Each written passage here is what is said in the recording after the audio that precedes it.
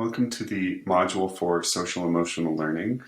This module was developed in collaboration with Laura Montoya, one of our volunteer tutors, and I'm just presenting it. So here we go. So let's get into the 5 important points. Let's start with number 1. Important point number 1, what is social emotional learning? So when you hear social emotional learning, what do you think of? What do you know about SEL? Just pause the video and take a few minutes to write in your notebook or your Google Doc about what you know about social emotional learning. Okay. As I talk about this first point, think about and refer back to what you just wrote. If you said it's part of all learning, you would definitely be on the right track. I mean, really all of learning is social and emotional for human beings, but it's best to be aware of it in a tutor-student relationship so that your teaching reflects empathy and valuing of your students' personal experiences and past narratives.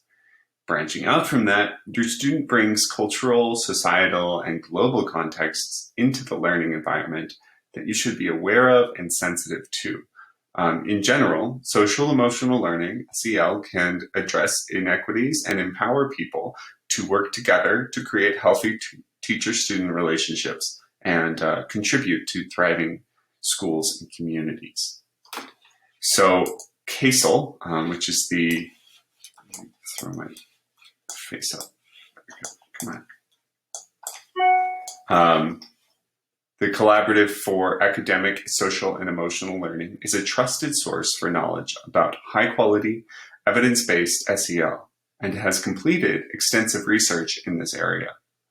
CASEL defines SEL as the process through which people acquire and apply knowledge, skills, and attitudes to develop healthy identities, manage emotions, and achieve personal and collective goals, as well as feel and show empathy for others, establish and maintain supportive relationships, and make responsible and caring decisions. So the framework, I'm moving my face all around all over the place.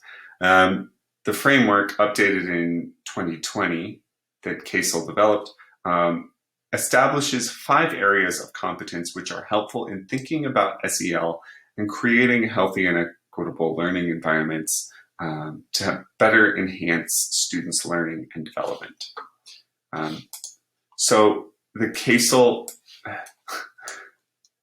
core competency areas of social emotional learning are self-awareness, that's the capacity to understand one's own emotions, thoughts, and values, and how they influence behavior across contexts. Social awareness, that's the capacity to understand the perspectives of others and the ability to empathize with people from diverse backgrounds and cultures. Self-management, the ability to manage one's own emotions, thoughts, and behaviors effectively in different situations to achieve goals and aspirations. Responsible decision-making, the abilities to create caring and constructive choices about personal behavior and varied social interactions across diverse situations. And relationship skills, the abilities to establish and maintain healthy and supportive relationships to effectively navigate settings with diverse individuals and groups. So these competency areas can be taught and applied at various developmental stages from childhood to adulthood across diverse cultural contexts. So it's important to be aware of them as a tutor because of their impact on a student's learning. So let's do a practice activity. Take some time, a couple of days perhaps, to notice the 5 core competencies in your own behavior and the behavior of others. Choose one of these competencies to actively practice in your own life and write about how you did so.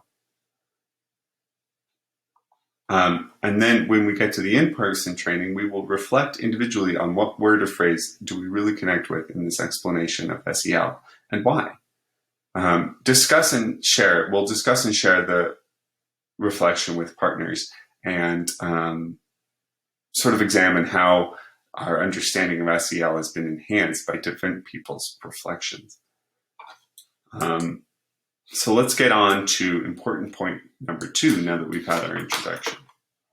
So for the next topic, I'll be discussing the benefits of SEL. In your notebook for the next 2 minutes, write down what you think these benefits might be in relation to the learning process. As I explain how advantageous SEL can be, you can refer back to what you wrote down to see if you learned anything new. So I'll just pause now. Okay. So now that you've written down kind of what you're thinking, let's get into some of the benefits. So how do you think your own social and emotional awareness might enhance your learning? How might it enhance your students' learning? What benefits might be seen in relationships, in schools, and in communities? I don't think anyone can argue that we would be better off without empathy, kindness, sharing, etc. But more than 2 decades of research have shown that there are other benefits to education that promotes SEL, including long and short-term improvement of a student's social and emotional skills, attitudes, attitudes about themselves and others, relationships, and academic performance. There's a decline in anxiety, behavior problems, and negative attitudes towards learning. Then there's an increase in pro-social behaviors, such as kindness, sharing, and empathy. There's an improvement in career success, community engagement, and lifetime outcomes. So self-awareness can be expanded to include the acknowledgement and understanding of social identities with regards to race, class, gender, nationality, and family structure. With this knowledge, students can open up in a learning situation. They're going to be more easily understand perspectives of others, and they're going to relate more effectively with them. That's why it's good for both tutors and students to be aware of and perhaps improve upon their social emotional intelligence. So let's take a writing prompt here. Looking back on your own experiences, write about having a positive attitude towards yourself, others, or learning tasks, and how that helped in your acquisition of challenging or new knowledge. Conversely, how did having sort of a more limited attitude or a negative attitude affect your ability to learn?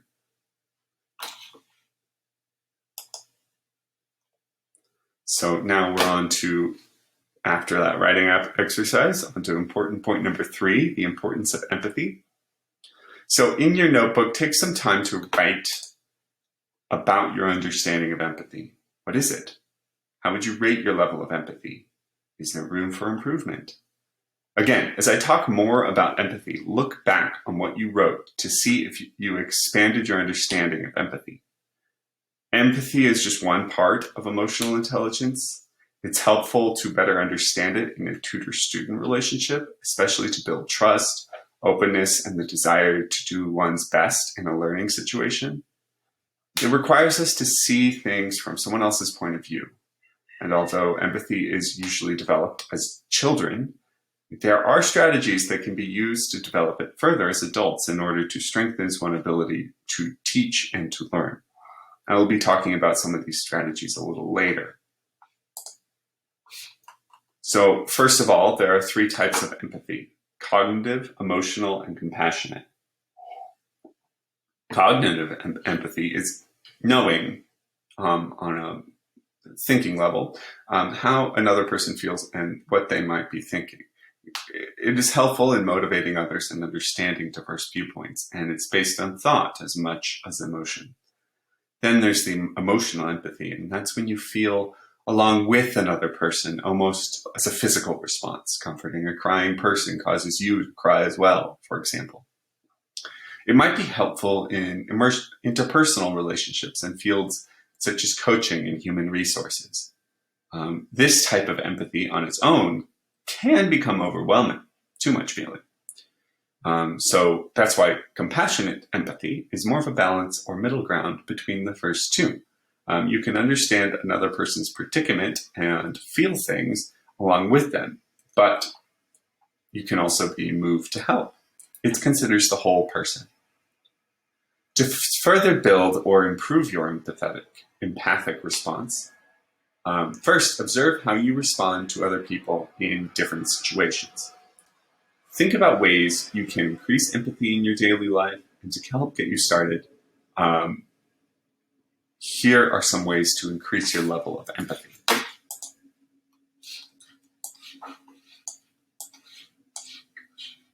This thing, it's terrible. Okay. First of all, you can use active listening in conversations with others, making a conscious effort to hear not only the words that another person is saying, but the complete message being communicated. Pay attention to the body language and other nonverbal cues, as well as the verbal message. Give people your full attention and avoid distractions when speaking and listening in a conversation. Share emotions when connecting with others. Have the courage to be vulnerable. Read or share short fictional stories. Discuss them from an empathic place and not just a cognitive one. Try to be making more connections with other people's experiences. Volunteer. Hey, you're already in the right place. And share your experiences with others. And then respond appropriately and authentically to the concerns of others. So let's practice. Let's observe empathy in action. Just describe each type of empathy from your life, the news, or situations around you. So that's cognitive empathy, emotional empathy, and compassionate empathy. Just describe the last time that you experienced that or saw that in the world. So now that you've done that, we're on important point number 4. Social emotional competencies can be taught, modeled, and practiced. So as a child, do you remember learning in some form the social emotional competencies of important point number 1, or did they just happen? Both self-awareness and self-management belong to the interpersonal domain.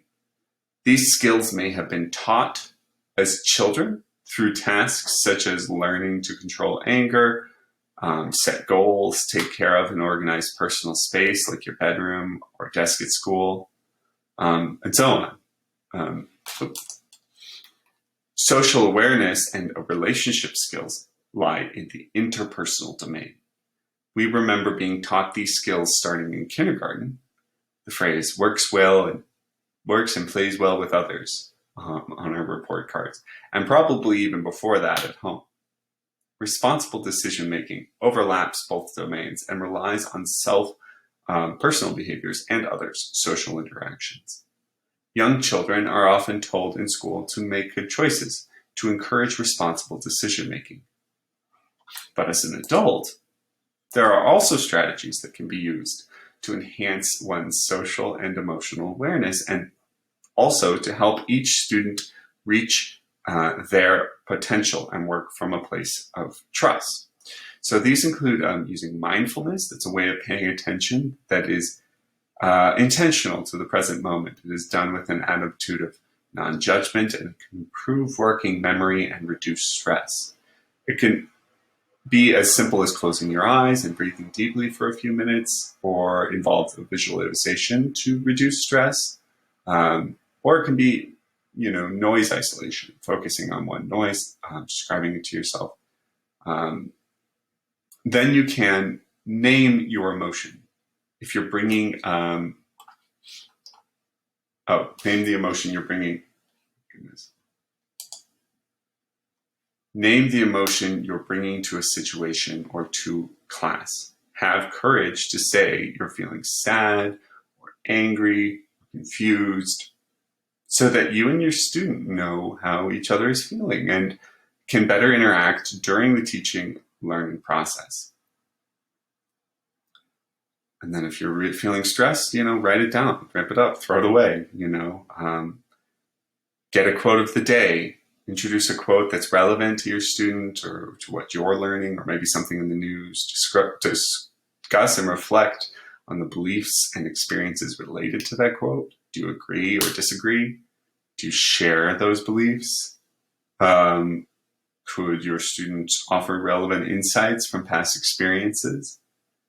And then a closing activity is a time to show appreciation, share an aha moment, offer an apology, something you genuinely think would be useful for your student to hear. Some of these strategies would be helpful at the beginning of your tutor-student relationship to get to know each other. And others are just appropriate at any time. These emotional check-ins can take, as few as 3 to 5 minutes, but can create a safe space for learning to occur.